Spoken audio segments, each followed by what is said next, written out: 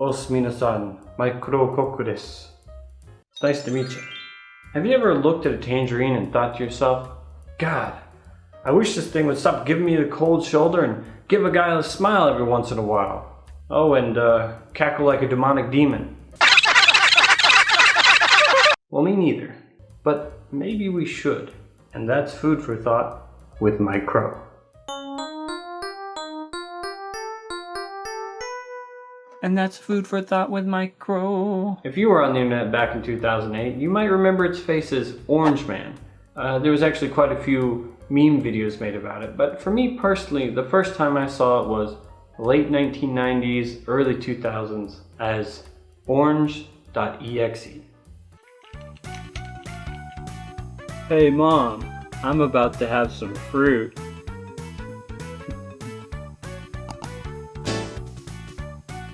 Oh no, these aren't oranges. I remember we actually got Orange.exe and another program called sheep.exe from our cousins. At the time, I wasn't really sure what the name of this type of program was, but would later find out that it's actually a screen buddy, a screen pet, or a screen mate. Though it looks like nowadays, the screen mate industry is cornered by Twitch.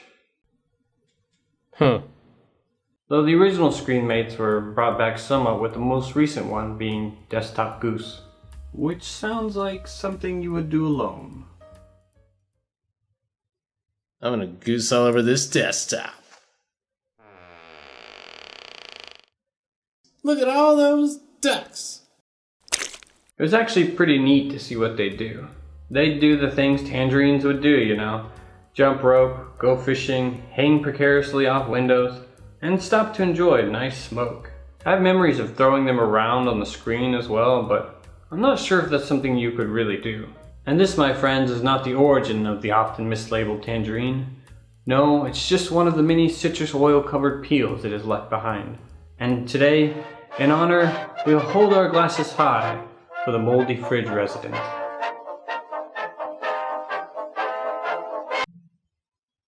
I did improv comedy.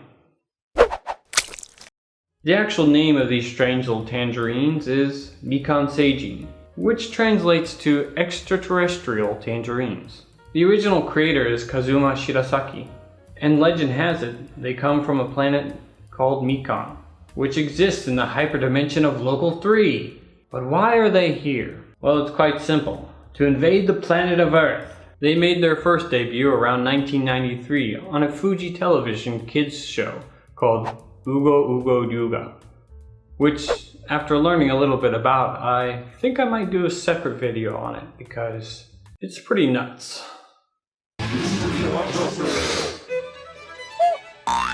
やあ、朝起きて飲む一杯の水でうんこがよく出るらしいぞ。You might also recognize the name Fuji Television, as it's also home of the Game Center CX with Arino Kacho. Man, I used to love that show. At any rate, Mikan Seijin would appear in little short 10-second clips during the show as Mikan Seijin Hour that would make as much sense as a tangerine smoking. I was curious if there's something lost in translation, but from the people I've asked, they thought it was weird as I did. If you look at the comments of some of these videos, most either say, wow, this is nostalgic, or I still don't get it. And that's the way your childhood should be. Just full of alien tangerines attempting suicide in front of your eyes, and Professor Poop Splashes giving you life advice. But I should stress that this is just a small piece of Japanese culture, and from what I've heard, it's not the norm. And a lot of people don't even know about it. Just like not every Japanese person reads manga, and not every Japanese person enjoys your favorite harem anime. Well, at least they won't admit to it. Really, each one of these is like a joke without a punchline. You're left there scratching your head wondering if you should laugh or walk out of the room. Like this one. They explode on the mountain while another one is reading a book. What? Well, I'll still take it over Peppa Pig. I don't trust anything walking around that looks like a tattooed double-holed wangadoodle. According to Wikipedia, Mikan Seijin were actually fairly famous at the time, and even spawned the first domestic screensaver, Mikan Seijin Screensaver 2100 yen. It was such a hit, the official title had the price in it, so discounts be damned. I'm not sure what version of the screensaver this is, but what I found on YouTube is pretty damn creepy. I mean, I too enjoy an empty glass of wine while surrounded by the dried corpses of my brethren, or doing push-ups in a field of dead bodies. But dragging them around, that's where I draw the line. Making all of this madness was a now defunct company called Village Center, and they actually had quite a few.